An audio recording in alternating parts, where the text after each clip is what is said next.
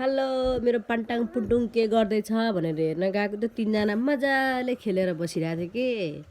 हेर दाजु भाइ दिदी बहिनी भनेको यिनीहरू नै हुन् हेर त हेरेको कति माया लाग्दो गरी हेरेको ओले ओले मेरो ठुली त्यस्तै गरेर हामी भिजिट गर्न आज बारी गएको मेरो ठुलो छोरोले त बाल्टिङ भरि भरि माटो ल्याएर ओहो नि त कति माया लाग्दैछ कि मेरो ठुलो छोरो कान्छो झन् आज भुन्टी हेरेन भुन्टी बन्दो सबजना व्यस्त छ यिनीहरूलाई त बारी ल्याउनु पर्ने रहेछ के गाइज मस्तले बारी भर्यो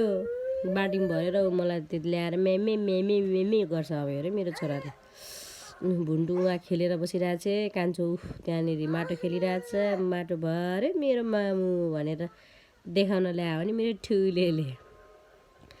आज बारीको भिजिट गरेको है हामीले गाइज बिदा भएर देखाउँदैछ माटो यति ल्याएर फा गरिदेऊ भनेको त फा रे